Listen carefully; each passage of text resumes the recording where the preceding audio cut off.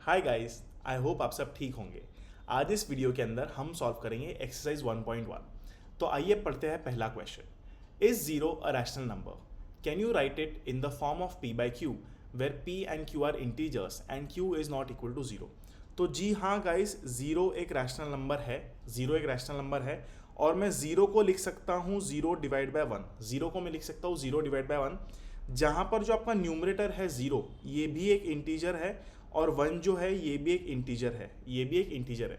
So basically मैंने zero को p divide by Q के फॉर्म में लिखा है। मैंने जीरो को लिखा है p डिवाइड बाई क्यू, और q जो आपका q है, जो आपका डिनोमिनेटर है, वो डिनोमिनेटर जीरो नहीं है। आपका डिनोमिनेटर जीरो नहीं है। तो ये हो गया आपका जवाब पहले सवाल के लिए। ठीक है, अब करेंगे दूसरा सवाल। Find six rational numbers between 3 and 4। Find six rational numbers between 3 and 4। ये करने के लिए मेरे पास दो तरीके हैं। आपका पहला तरीका तो है गाइस कि आप 3 और 4 को लिखिए 3 divide by 1 and 4 divide by 1। आप 3 और 4 को लिखिए 3 डिवाइड बाय 1 4 डिवाइड बाय 1। अब हम इनके डिनोमिनेटर्स को कर देंगे सेम। तो आइए इसको मैं मल्टीप्लाई करता हूँ 10 से नीचे और ऊपर। अगर आप डिनोमिनेटर में 10 से मल्टीप्लाई कर रहे हो तो आपको न्यूमरेटर में भी 10 से मल्टीप्लाई करना पड़ेगा। तो ये मैंने किया 3 के साथ, यही मैं करूँगा 4 के साथ में, यही मैं करूँगा 4 के साथ में। तो मेरे पास जो नंबर्स बनेंगे वो हो जाएंगे 30 डिवाइड बाय 10। ठीक है, 3 को मैं लिखूंगा 30 डिवाइड बाय 10 और 4 को मैंने लिख दिया 40 डिवाइड बाय 10। 4 को मैंने लिख दिया 40 डिवाइड बाय 10। ये 30 डिवाइड बाय 10 और 40 डिवाइड बाय 10 कैसे आया? मैंने 10 से मल्टीप्लाई किया है नीचे और ऊपर 3 को, मैंने 10 से मल्टीप्लाई किया है नीचे और ऊपर 4 के साथ में, और इसको सॉल्व करने के बाद में मुझे मिला है 30 बाय 10 एंड 40 बाय 10। अब 30 बाय 10 और 40 बाय 10 के बीच में क्या आप 6 रैशनल नंबर ढूंढ सकते हो? जी हाँ, बहुत आसान हो गया। क्या होगा आंसर? आंसर होगा 31 बाय 10, 32 बाय 10। लेकिन 32 बाय 10 जो है, इसको हमको थोड़ा सा सिंप्लीफाई करना पड़ेगा, सिंपलेस्ट फॉर्म में लिखना पड़ेगा, क्योंकि रैशनल नंबर्स जो होते हैं उसमें p divide by q form जो आपका होता है, उसमें आपके दोनों नंबर्स p और q को प्राइम होते हैं। को प्राइम मतलब वन के अलावा उनका और कोई कॉमन फैक्टर नहीं होता। वन के अलावा उनका और कोई कॉमन फैक्टर नहीं होता।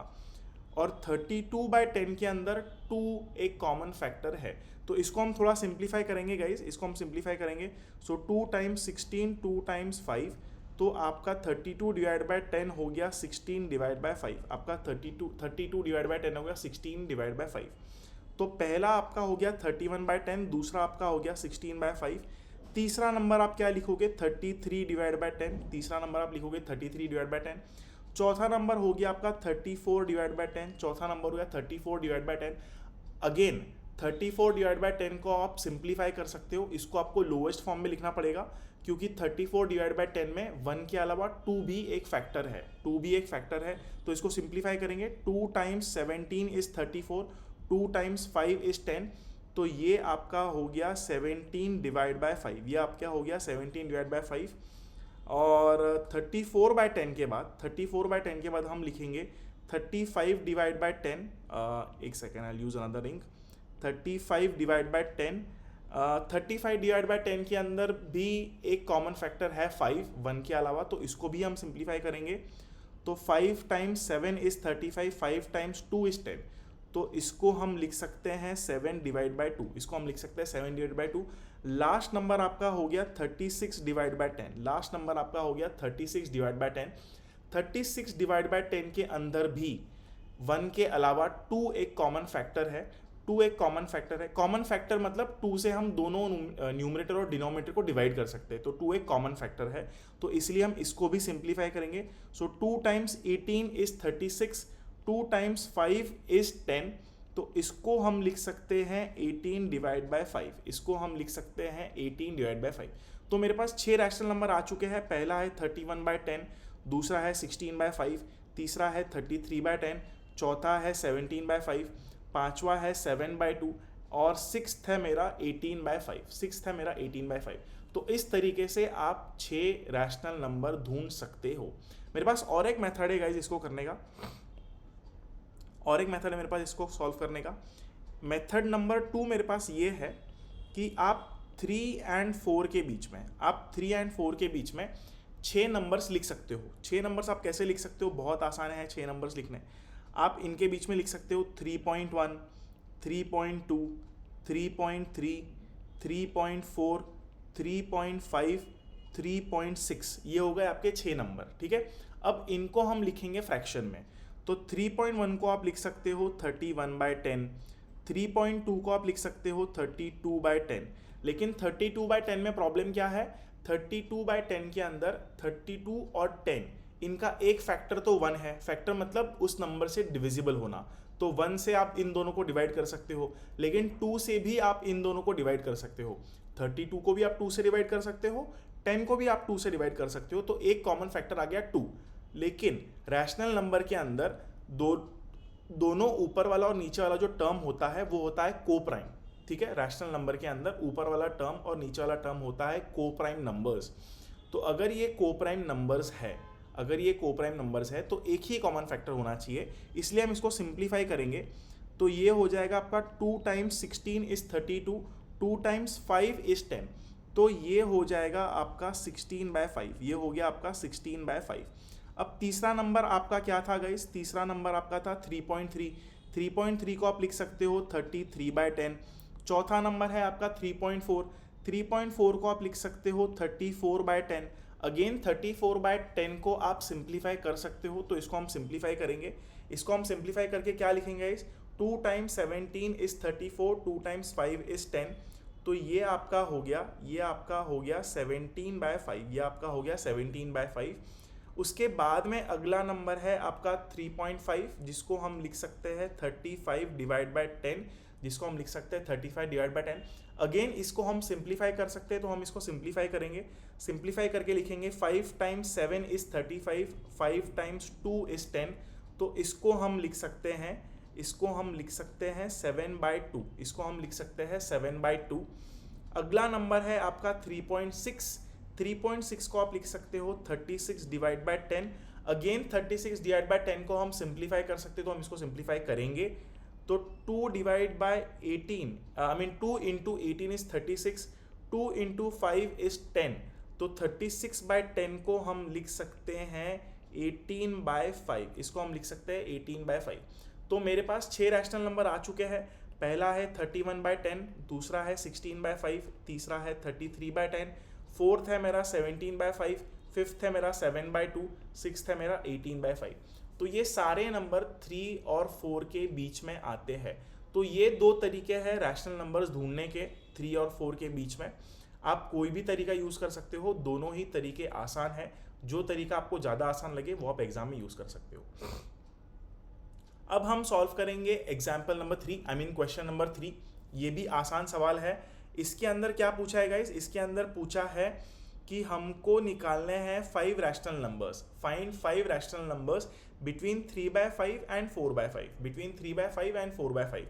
तो आप 3/5 और 4/5 को, आप 3/5 और 4/5 को थोड़ा सा और सिंप्लीफाई करेंगे, सिंप्लीफाई नहीं करेंगे मतलब रीअरेंज करेंगे इन अ वे।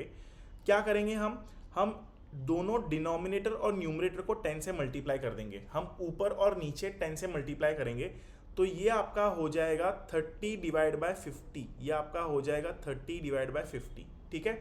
और यहाँ पर 4/5 क्या हो जाएगा, 10 से मल्टीप्लाई करेंगे, 10 से मल्टीप्लाई करेंगे, तो ये आपका हो जाएगा, ये आपका हो जाएगा 40/50, ये आपका हो जाएगा 40/50। अब 30/50 इज 3/5, 40/50 इज 4/5। अब 3/5 और 4/5 के बीच में आपको निकालने हैं 5 रैशनल नंबर्स। सो बेसिकली आप 3/5 बोलो या फिर 30/50 बोलो, आप 4/5 बोलो या 40/50 बोलो, इन दोनों के बीच में हमको निकालने हैं 5 रैशनल नंबर्स। तो आइए निकालते हैं, क्या होंगे 5 रैशनल नंबर्स। पहला होगा 31/50, दूसरा होगा 32/50, लेकिन 32/50 को हम क्या करेंगे, सिंप्लीफाई करेंगे। हम इसको करेंगे सिंप्लीफाई, थोड़ा लोएस्ट फॉर्म में लेके आएंगे हम इसको। तो 2 टाइम्स 16 इज 32, 2 टाइम्स 25 इज 50, तो इसको हम लिख सकते हैं 16/25, इसको हम लिख सकते हैं 16/25। इसके बाद हम करेंगे 33/50, इसके बाद हम लिखेंगे 33/50, इसके बाद हम लिखेंगे 34/50, हम लिखेंगे 34/50। लेकिन 34/50 को थोड़ा और सिंप्लीफाई किया जा सकता है, तो हम इसको थोड़ा सा सिंप्लीफाई करेंगे। ये हो जाएगा 2 टाइम्स 17 और 2 टाइम्स 25, सो 34/50 हो जाएगा आपका 17 डिवाइड बाई 25। ये आपका हो जाएगा गाइस 17/25, 17/25। नेक्स्ट नंबर क्या होगा? नेक्स्ट नंबर होगा 35 डिवाइड बाई 50, 35 डिवाइड बाई 50। अब 35 डिवाइड बाई 50 को भी 35 डिवाइड बाई 50 को भी आप सिंप्लीफाई कर सकते हो, आप इसको सिंप्लीफाई कर सकते हो। तो ये आपका हो जाएगा, ये आपका हो जाएगा 5 टाइम्स 7 इज 35, 5 टाइम्स 10 इज 50। तो इसको हम लिख सकते हैं 7/10, इसको हम लिख सकते हैं 7/10। इसके अलावा गाइज हमारा लास्ट नंबर, अच्छा 5 ही ढूंढना है ना हमको, we just have to find 5 rational numbers. तो 5 हम ढूंढ चुके हैं। पहला है 31/50, सेकंड है आपका 16/25, थर्ड है आपका 33/50, फोर्थ है आपका 17/25 एंड फिफ्थ है आपका 7/10। तो ये 5 रैशनल नंबर्स आप ढूंढ चुके हो 3/5 एंड 4/5 के बीच में। बहुत ही ज़्यादा आसान तरीका है, आपको मात्र डिनोमिनेटर को सेम करना है। डिनोमिनेटर को सेम करने के बाद में जो 2 फ्रैक्शन आपके पास आए हैं, कौन से 2 फ्रैक्शन आए? ये जो 2 फ्रैक्शन आपके पास आए, इन 2 फ्रैक्शंस के बीच में आपको 5 फ्रैक्शंस और निकालने हैं, जो कि बहुत आसान सा काम है। आपको ध्यान बस ये रखना है कि अगर आपके पास कोई फ्रैक्शन आता है जिसको हम सिंप्लीफाई कर सकते हैं, लोएस्ट फॉर्म में लेके आ सकते हैं, तो वो करना ज़रूरी है। अगर आप वो नहीं करेंगे तो आपके मार्क्स कट सकते हैं, ठीक है। इसी के साथ क्वेश्चन नंबर 3 हुआ पूरा। अब हम करेंगे लास्ट क्वेश्चन, क्वेश्चन नंबर 4, जहां हमको बताना है ट्रू एंड फॉल्स। तो बहुत आसान है ये, आइए साथ में सॉल्व करते हैं। पहला वाला स्टेटमेंट है आपका, every natural number is a whole number. क्या हर एक नेचुरल नंबर होल नंबर होता है? नेचुरल नंबर्स क्या है? 1 2 3 4 5 एंड सो ऑन। तो क्या ये सारे होल नंबर्स है? जी हाँ, ये होल नंबर्स भी है। तो पहला स्टेटमेंट आपका हो गया ट्रू, पहला स्टेटमेंट आपका हो गया ट्रू। अब सेकेंड स्टेटमेंट पढ़ेंगे गाइस। सेकेंड स्टेटमेंट क्या है? Every integer is a whole number, every integer is a whole number. तो इंटीजर्स क्या है? -2, -1, 0, 1, 2, 3, 4 एंड सो ऑन। तो गाइज ये जो नंबर्स है 0, 1, 2, 3, 4 एंड आगे वाले, ये सारे तो होल नंबर्स है, लेकिन जो लेफ्ट वाले नंबर है, जो -1, -2, -3, -4, ये सारे नंबर्स आएंगे, क्या ये होल नंबर्स है? क्या ये होल नंबर्स है? जी नहीं। तो ये स्टेटमेंट आपका हो गया फॉल्स, ये स्टेटमेंट आपका हो गया फॉल्स, ये स्टेटमेंट आपका हो गया फॉल्स। अब हम करेंगे third statement, every rational number is a whole number, every rational number is a whole number. क्या ये स्टेटमेंट सही है? जी नहीं, ये स्टेटमेंट सही नहीं है। मैं आपको एग्जांपल देता हूँ। लेट्स से मैंने एग्जांपल ले लिया 2/3, मैंने एग्जांपल ले लिया 2/3। 2/3 एक रैशनल नंबर है? जी हाँ है। लेकिन क्या ये होल नंबर है? क्या ये होल नंबर है? जी नहीं, ये होल नंबर नहीं है। तो ये स्टेटमेंट आपका हो गया फॉल्स, ये स्टेटमेंट आपका हो गया फॉल्स। अगर ये लोग इस स्टेटमेंट को उल्टा दे देते, अगर ये लोग बोलते every whole number is a rational number, तो ये स्टेटमेंट ट्रू होता। लेकिन अभी जो स्टेटमेंट दिया है every rational number is a whole number, ये है फॉल्स स्टेटमेंट, ये है फॉल्स स्टेटमेंट। इसी के साथ आपका एक्सरसाइज 1.1 हुआ है पूरा। आई होप आपको ये सब समझ में आया हो। अगर आपको कुछ समझ में नहीं आया हो तो आप बेझिझक होकर कमेंट सेक्शन के अंदर कमेंट कीजिए, मैं आपको ज़रूर हेल्प करूँगा। ठीक है guys, thank you so much.